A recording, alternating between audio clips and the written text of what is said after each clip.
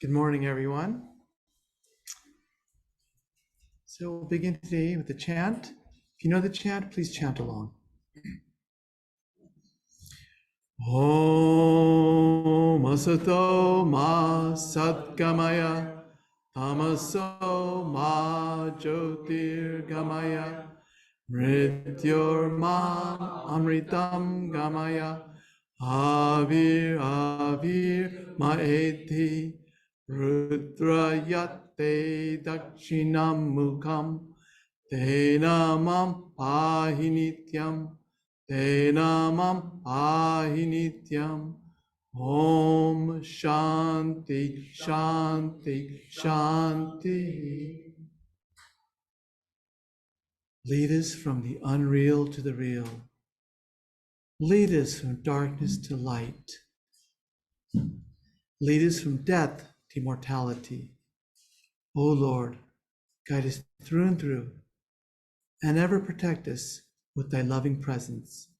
Om, peace, peace, peace to all beings everywhere.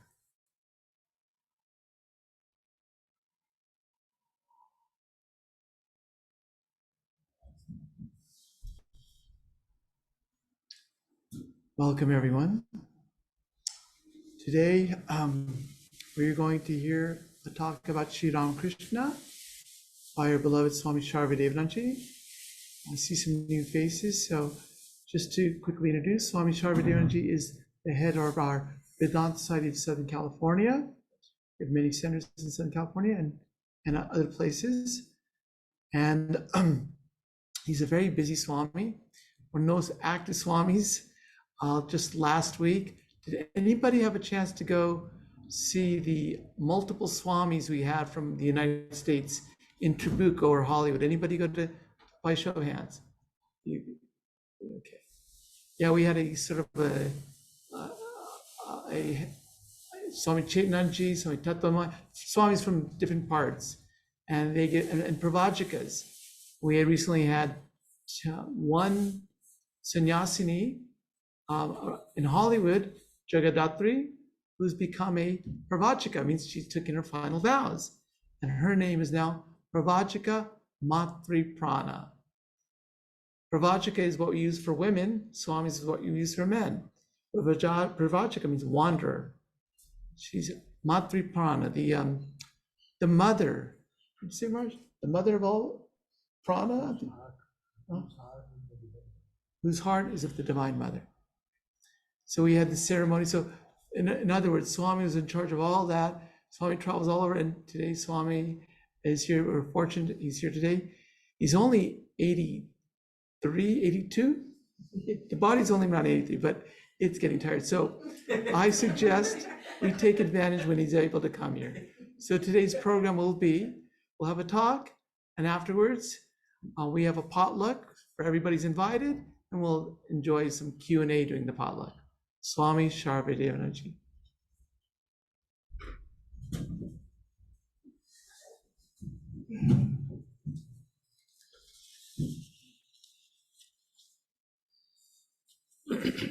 Om Praptam Yadvai tu Anadinidhanam Vedo Dading Matitva Dattang Jasya Prakarane Harihara Brahmadi Devair Balam Purnam Yattu Pranasarir Avair Manaranayan Ramakrishnastanum Dhatte Tat Purnapatramidam Bho Om Shanti Shanti Shanti.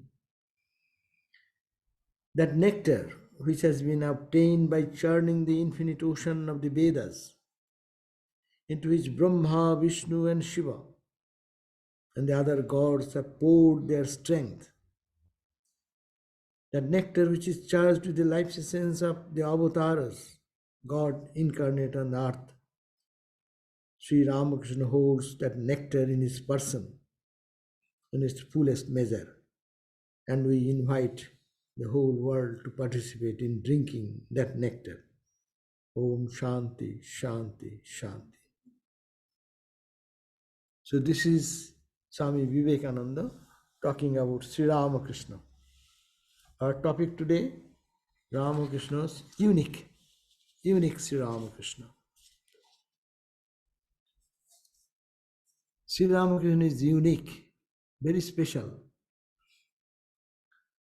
He is a mystic saint, incarnation, an embodiment of the Vedic principles and its seers, personification of all the religions. That, a few words, we can talk about Ramakrishna. In the language of Swami Vivekananda says about Ramakrishna, he, Ramakrishna, had lived in one life the whole cycle of national religious existence in India.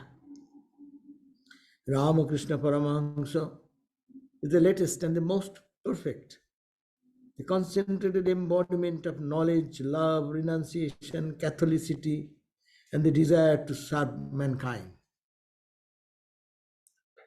Swami Vivekananda continues, without studying Sri Ramakrishna Paramahamsa, first, one can never understand the real import of the Vedas, the Vedanta, of the Bhagavad, and of other Puranas. His life is like a searchlight of infinite power thrown upon the whole mass of Indian religious thoughts. That is Sri Ramakrishna stands for. He is the greatest mystic, incarnation, the embodiment of the Vedic principles. All the Vedas are the revelations of the sages. But that revelation compacted in one life, that is Sri Ramakrishna. That's why he has been defined as a Veda Murti. Ramakrishna is a Murti, is a form. It can be made, but made of what? The Vedic wisdom, all the Vedic process of paths of realization. And his life is like a searchlight, Swami Vivekananda said. The power thrown upon the whole mass of Indian religious thoughts. Indian religious thoughts are not Indian, it is universal. All the religions of the world, if we look at that, including the major religions of the world, we find it crowns at its apex a great spiritual personality. His vision and his revelation of the truth form the religious tradition. These incarnations, great luminaries, represent the principle of truth. All the religious leaders in all religion, they are the incarnation and illumination of the truth of all religion. And their messages are the holy scriptures. But like Judaism, Moses is the leading prophet, Abraham is the Jewish patriarch. Christianity, Christ the adhesive force.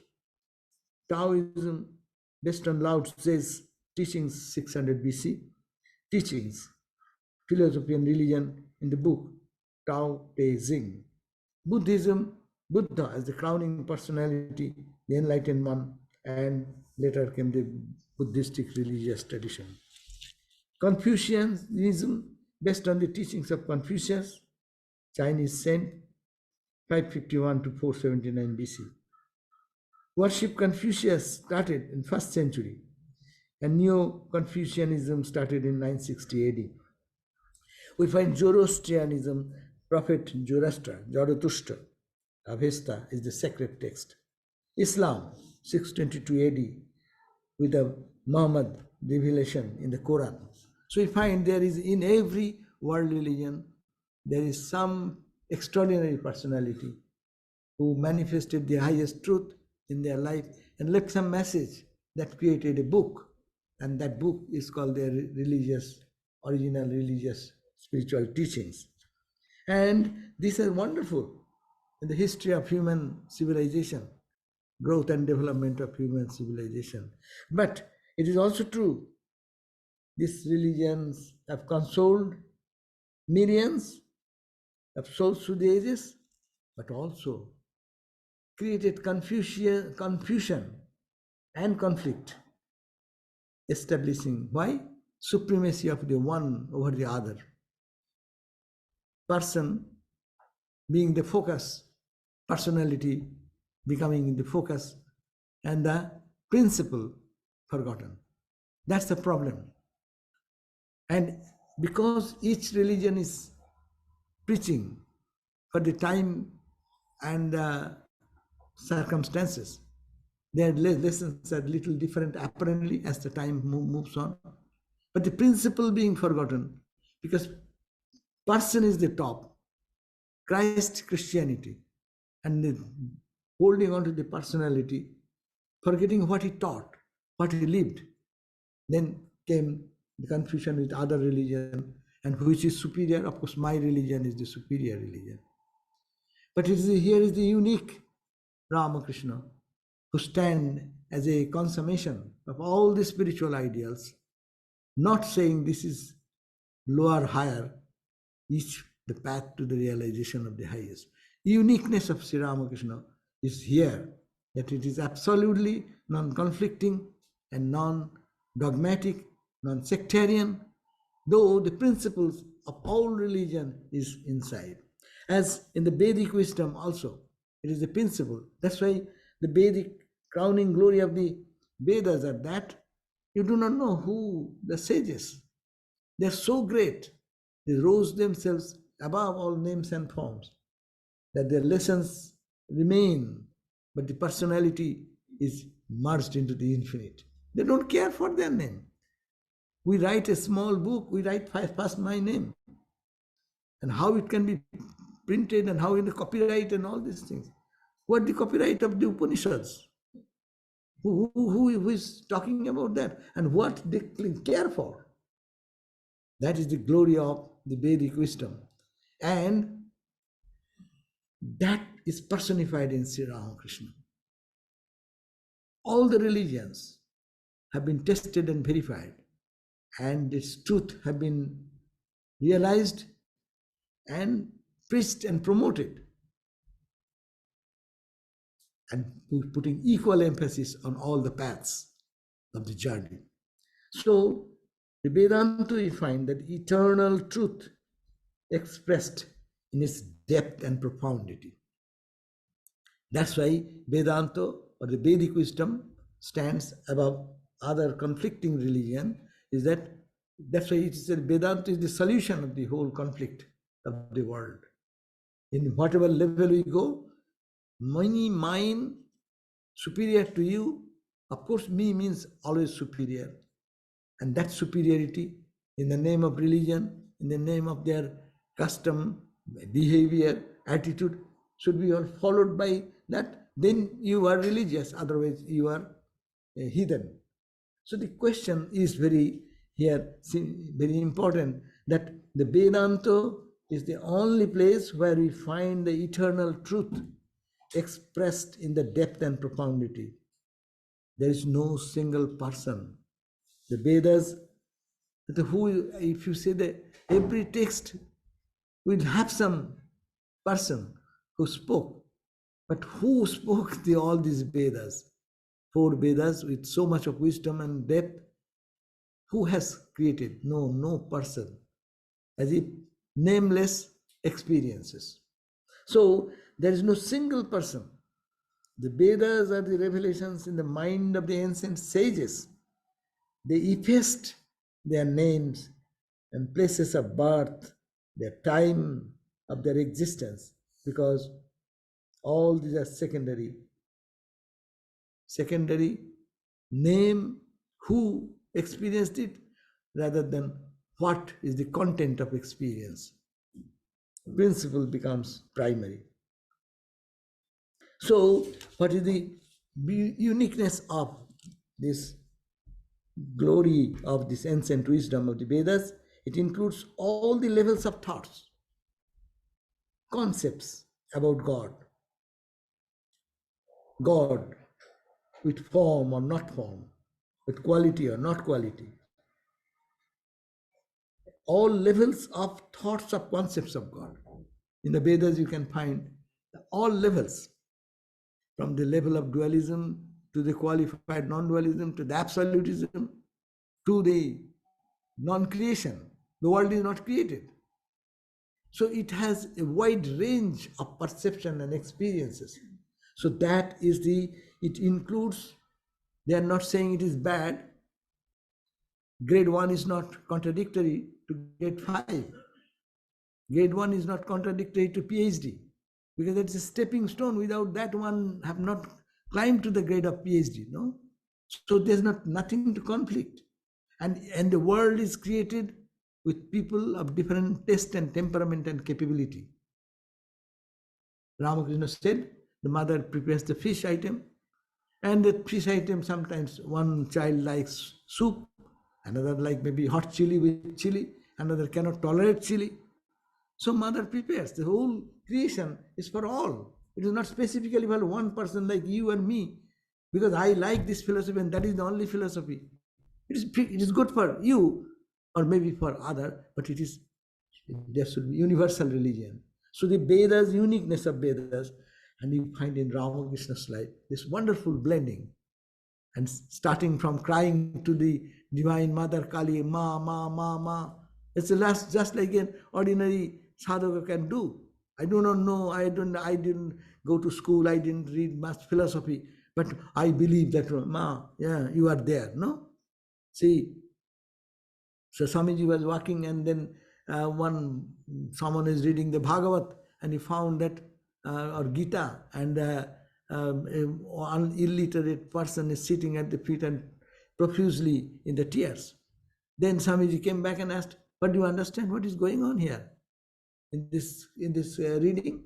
Well, I do not know what they are talking, but I see that Lord Krishna is standing and giving advice to Arjuna. For where goes your all philosophy? So this is less important than your philosophical inquiry and intellectual and rational talks, big talks. So this is also have its value. It has its value. So Sri Ram, experienced all this. So different levels. It includes all levels of thoughts, concepts, levels of thoughts. In which way you think about God? God is with form only. Oh no, how can it be God with form? Destroy all the forms. God cannot be with form. You are limiting God. It is impossible. So what? God is without form. And if you don't believe, then I can chop your head. But again, someone will say, oh, you are thinking of God formless? What nonsense. God is only form. See, go to the world religions, you find that is the fight going on constantly. This is the truth versus that is wrong. But it is not. It is a synthesis. It is according to the state of mind. Upanishad gives this idea. In the Vedas, you can find the worship of how many things they are worshipping: rain god, this god, that god. They are doing homo fire for everything, sacrificial fire for all types of material achievements, to the highest, getting away of all scripture, all this sacrificial fire and everything, to the absolute realization of the non-dual. So it is the no form and no quality. Someone has said God is with quality. So no form, no name, Vedanta. Okay, no form, no name, Nirakara, Nirguna. Now someone says, why Nirakara, Nirguna? God listens to our prayer. Judeo-Christian religion will say, Nirakara, there is no form, but it have a power to listen to our qualities. No? He is Ishvara. He listens to our prayer, responds to our needs. No? So, Nirakara, Saguna. Then say, no, God is Saguna and Sakara. God is Brahma, God is Vishnu, God is Narayana. No, God is Indra, Chandra, Varuna. God is Krishna, Rama. Right? So, all types of conflicts at different levels of understanding. That's why it includes, in Vedas, it includes that. And in the Ramakrishna's life stands for that unique.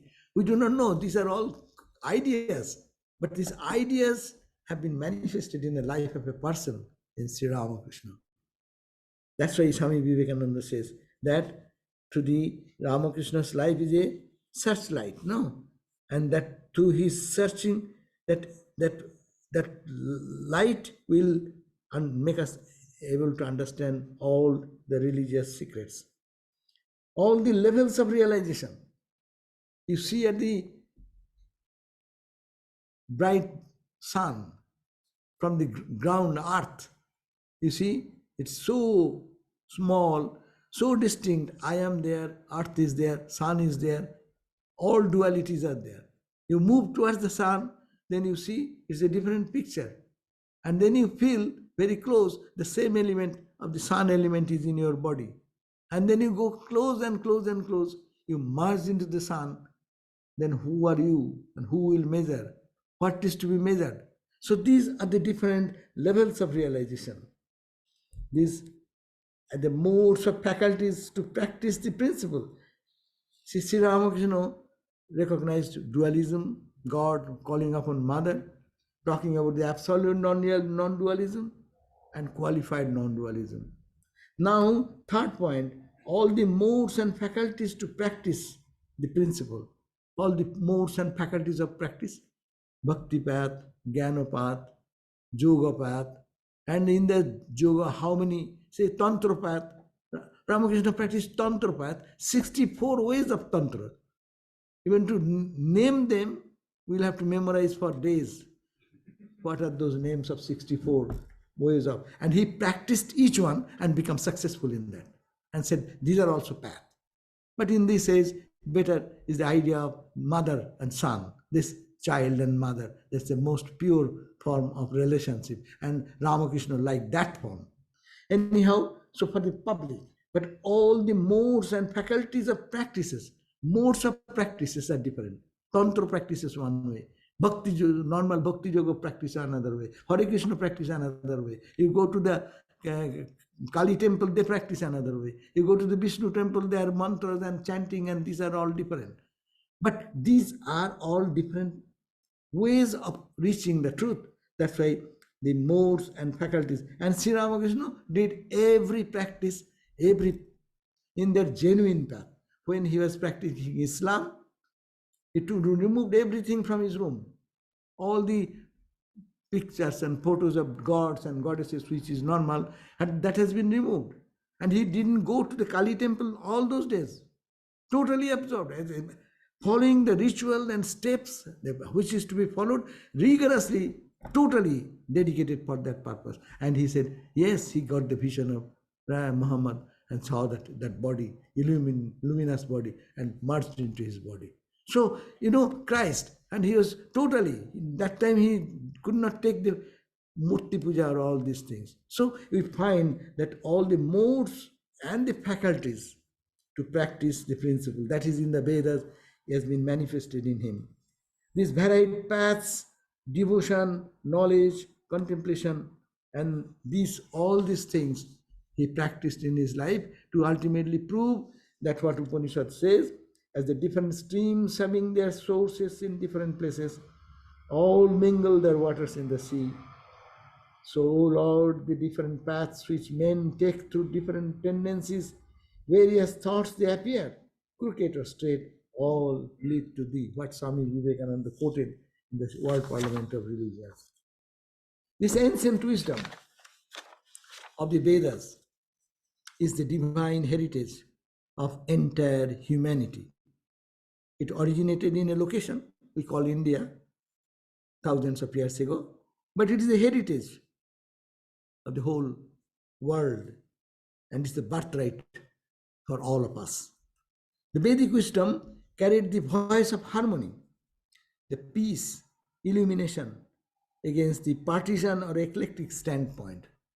That is the major problem. That's why Sri Ramakrishna is unique, is needed in this age more than ever to break those partisan and these eclectic stands. The blazing sun of knowledge went out of the horizon of human vision, covered in the dark cloud of archaic Sanskrit language and ignorance. Sri Ramakrishna lived that life in that way, that from the old language which terse language which we don't understand. He made it so simple. Read the Gospel of Ramakrishna. In Gospel, you can get all the philosophy of the world. In Gospel, if you read, such a simple language, such a profound truth, and such a profound expression of that truth, so that even anyone can, a child like us, we understand. But as we grow, we find it is more deeper and deeper and deeper. It is unfathomable. Sri Ramakrishna, the sentient prophet of 19th century, appeared again as an embodiment of this Vedic wisdom and Vedas. The distant, invisible star appeared close to the human vision through the telescope of then Swami Vivekananda. Then how this Ramakrishna seems so simple. You go to the temple, a naked man sitting there, there is no dress code, and he's sitting with the hands like this and does not understand anything.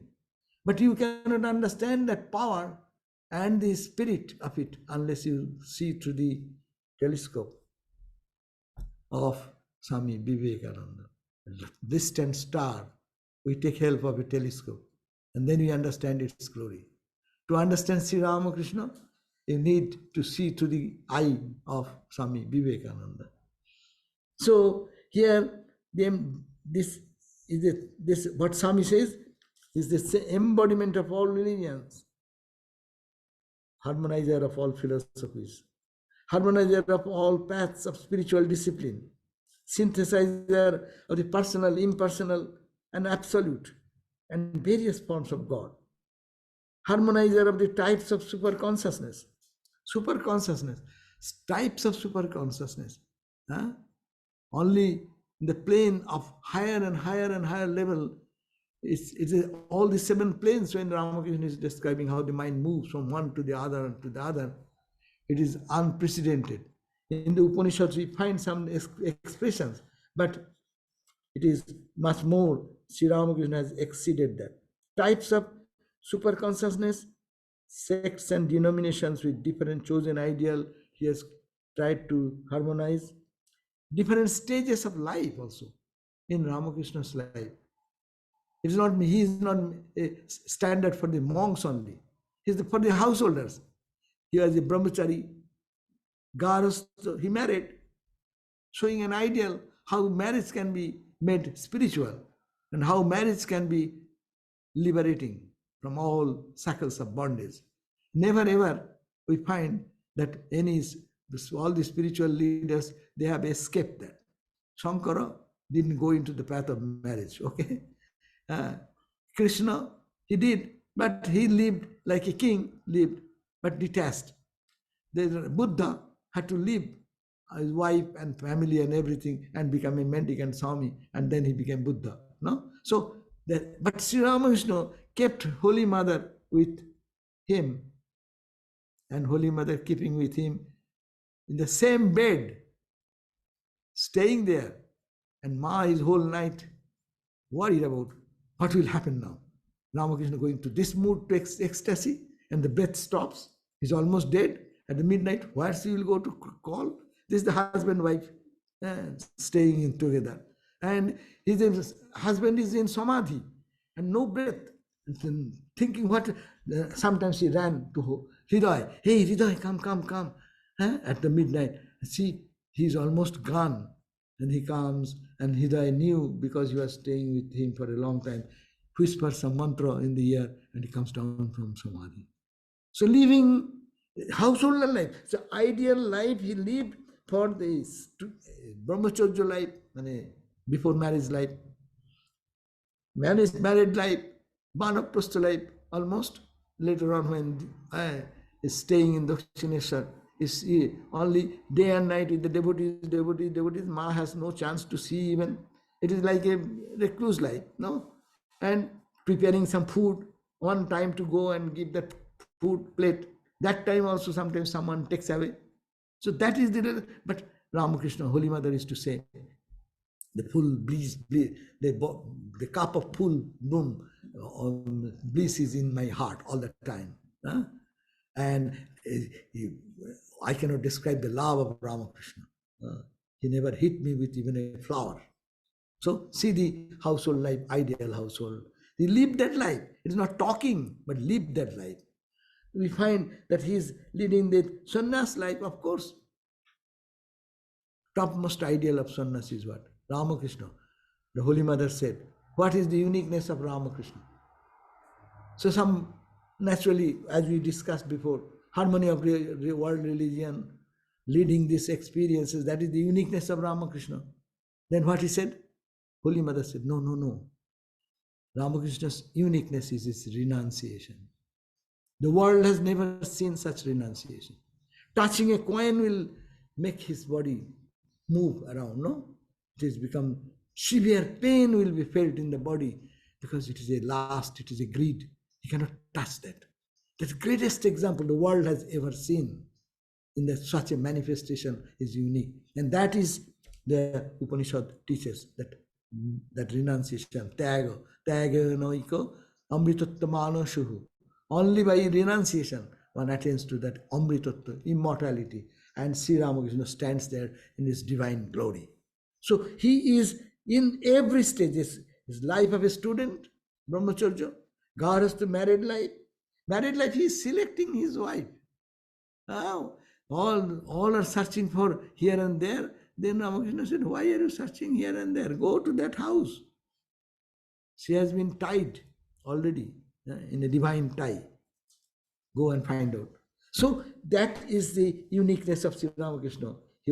He cannot say that he is one-sided.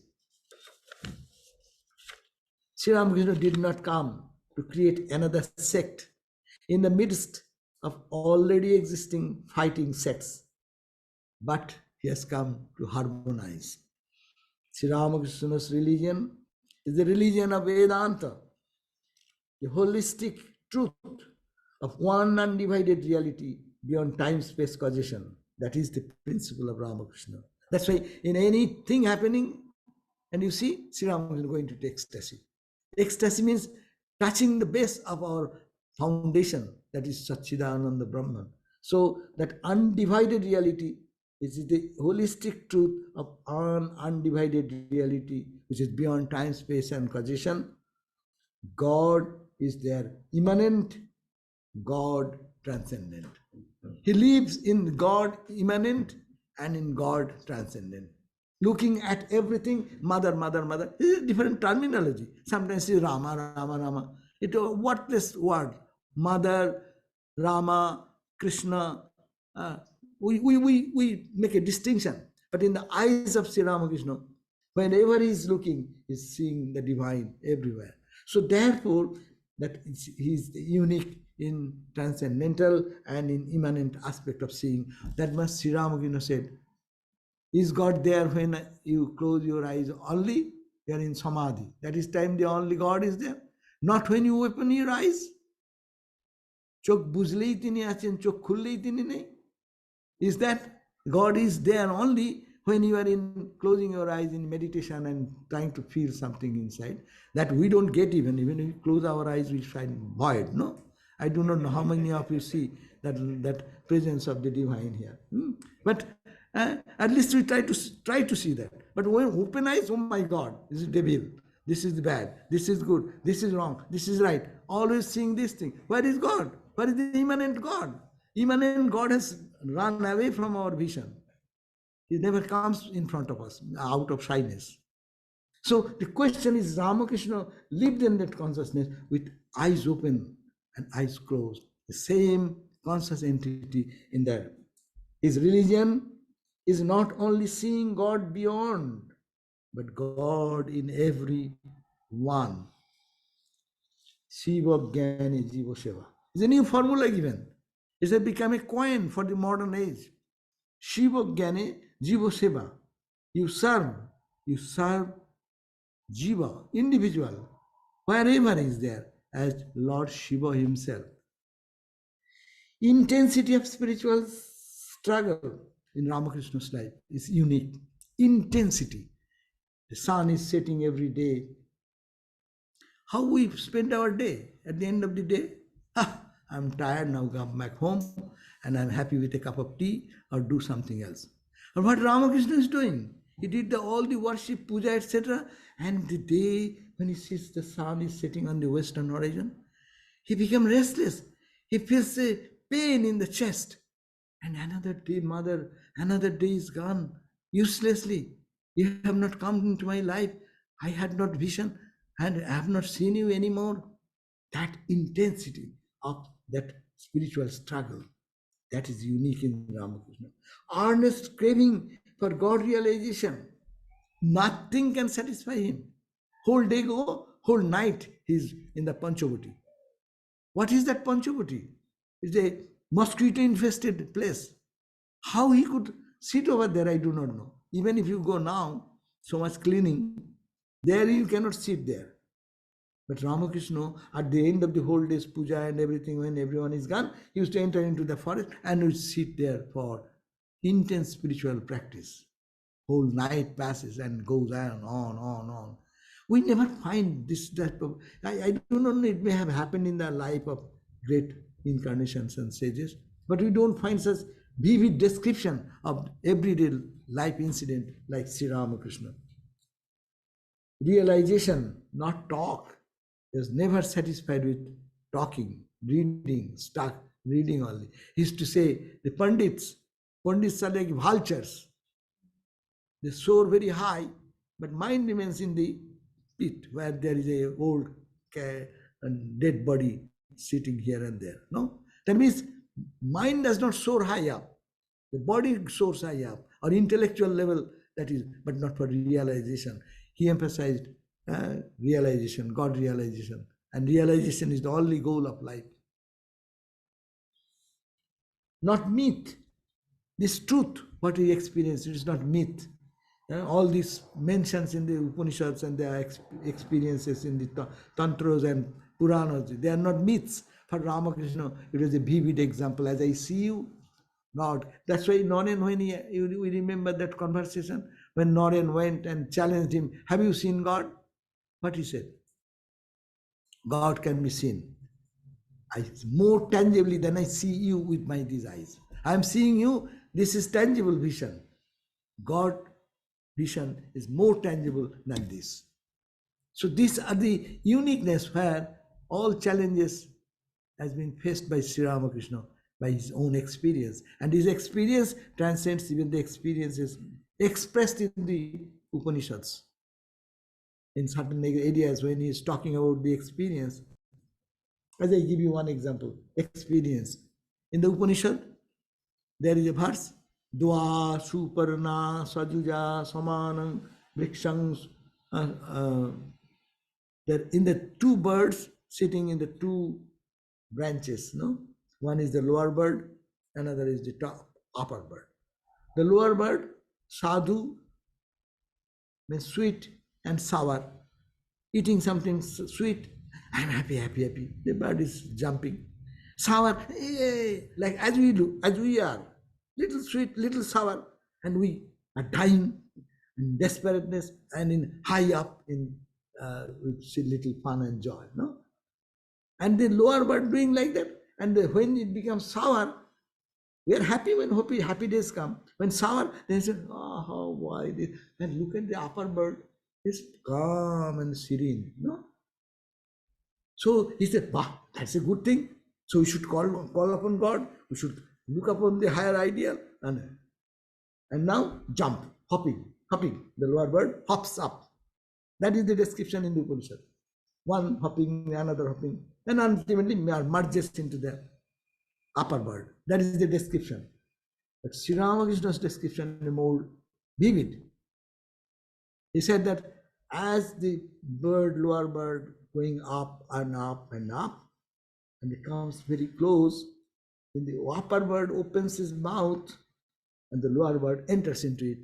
Such a vivid description, your little ego merges into the cosmic ego.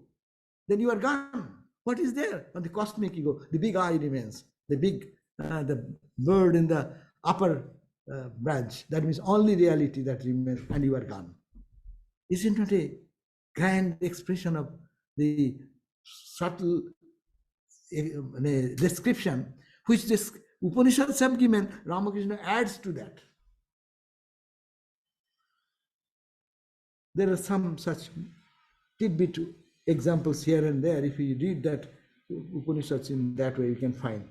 So, Swami Vivekananda, that's why he said that if there is ever to be a universal religion, Ramakrishna stands for that universal religion. Universal religion. Is there any universal religion? It's a question. No. Now we are with the interfaith and interreligious council and all this. We are trying to find one universal foundation. No, universal does not mean all will forget, all will go away, and one religion will remain. That is called universal religion. That is not so. Universal religion means every religion will remain in its own pristine dignity, and its practices should be revived so that it experiences the same universal experience of realization. So, universal religion, Swamiji said, is there ever to be a universal religion, that it should be what?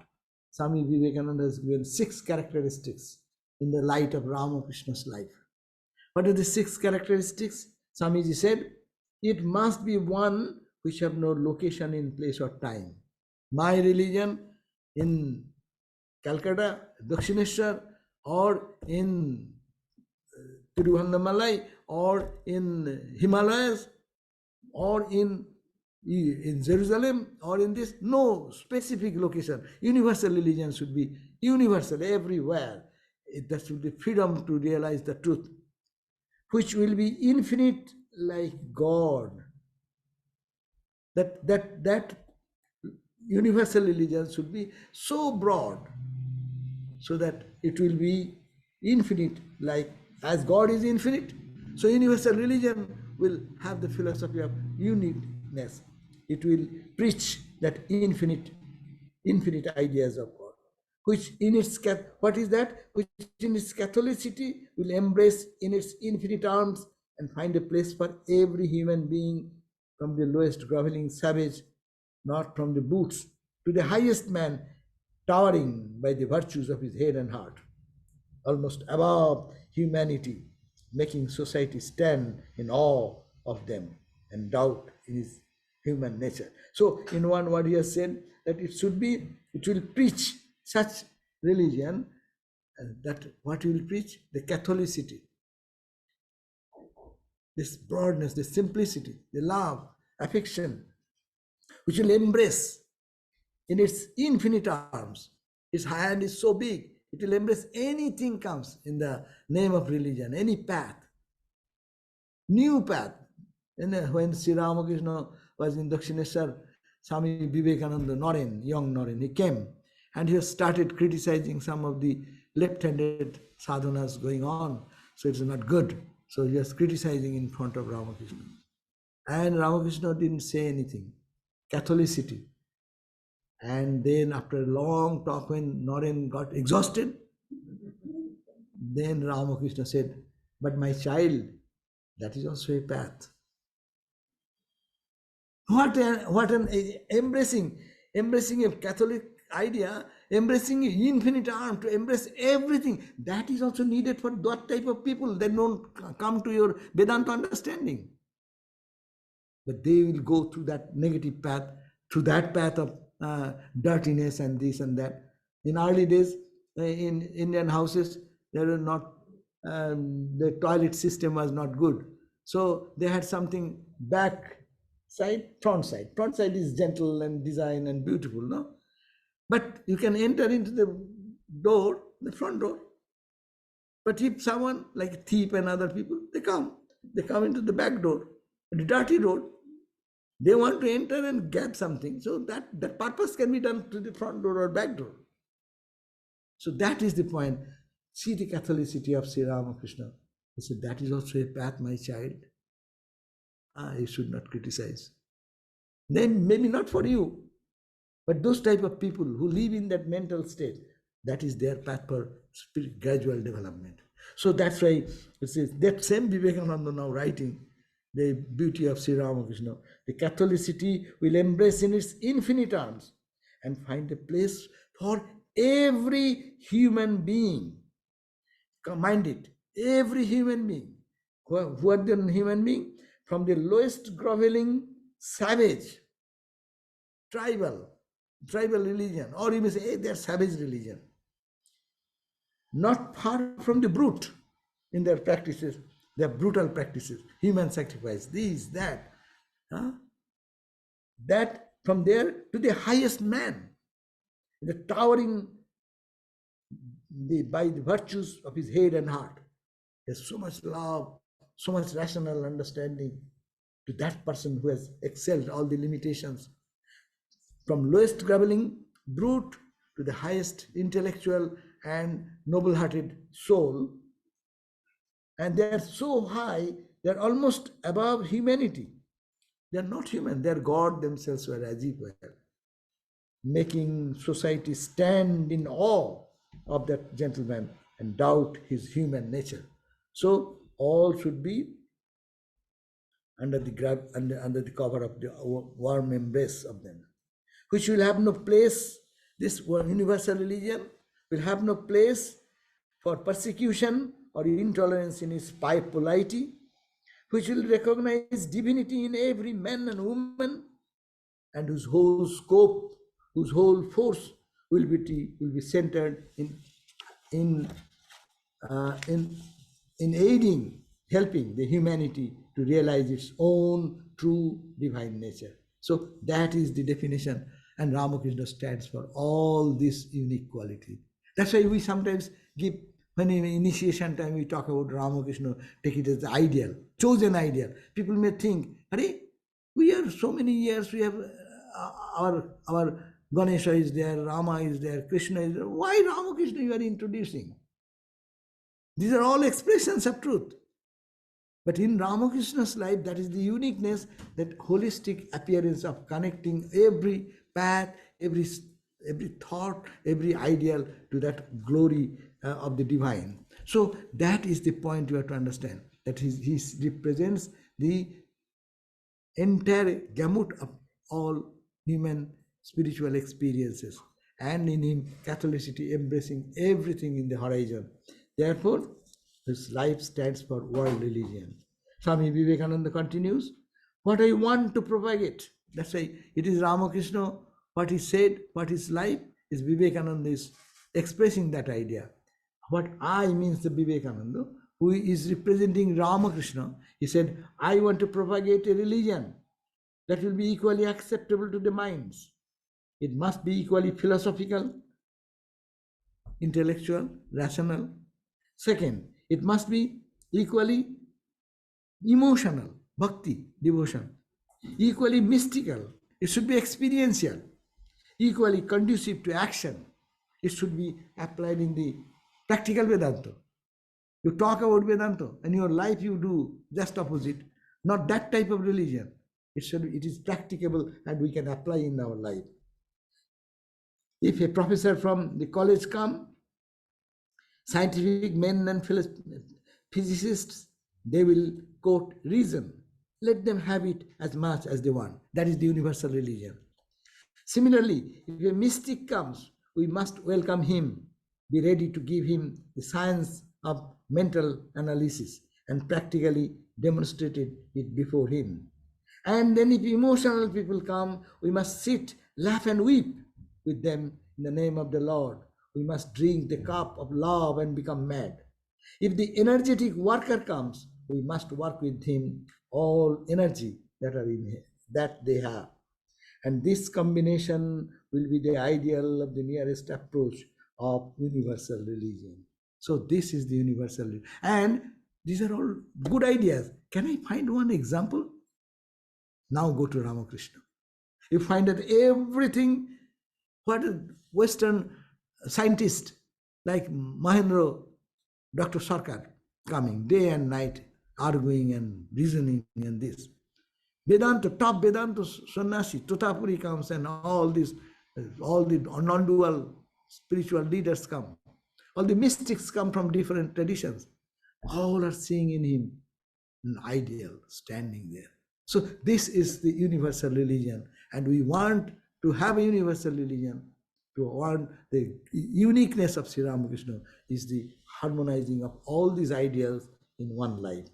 Therefore, this is to be understood that Ramakrishna stands in the glory of that uniqueness where the whole world can live in perfect peace, perfect joy, perfect satisfaction. And they can enter into that realm of the divine by following any path, only if they are sincere. That is the uniqueness of Sri Ramakrishna, not discarding one, not supremacy over one over the other, but all practical thing is that everyone, if they are sincere, God will reveal unto them. Sri Ramakrishna said, cry in a simple way, oh Lord, I do not know who you are you. Just let me show me your divine form. Come in my life and you show me. And that Sri Ramakrishna said, God will respond. So our topic was that the uniqueness of Sri Ramakrishna. Uniqueness means this universal religion, upholder of the universal religion. It means that the embodiment of the all Vedic wisdom, experiences, all the experiences expressed in the Vedic literature, all the Upanishads, is an embodiment of that Upanishad. That I said, Veda Murti is the embodiment of the Vedas, embodiment of all experiences. Anubhuti Murti. Anubhuti means experience, realization. Realization is no talk. Every expression of Sri Ramakrishna is expressing some mood in different moods. That's why Maharaj used to, when they were in Belur Math, when they started to create the statue of Sri Ramakrishna Murti. So this other Swamis requested that you know Ramakrishna more than anyone. So Swami Brahmananda, please Swami, please go and you approve that this statue or this Murti is close to the original as Ramakrishna used to live like that. Then Maharaj said that I cannot do that because what Ramakrishna you are talking about? Ramakrishna goes in morning to night in different mood. Sometimes he'll be in the Radha mood. Sometimes he'll be in Krishna mood. Sometimes he'll be in the Vedanta mood. Sometimes he'll be non-dual absolute samadhi. Which Ramakrishna shall I say that this is correct? He is this sum total of all the spiritual moods. That is the uniqueness of Sri Ramakrishna. And that is our hope, that we, those who come to Ramakrishna, that is the Vedanta, you have your own spiritual way, looking at the ultimate goal in whatever way we practice, but we should be sincere. And with that sincerity, this realization will be manifested. Thank you all. Jai Ma. Shanti.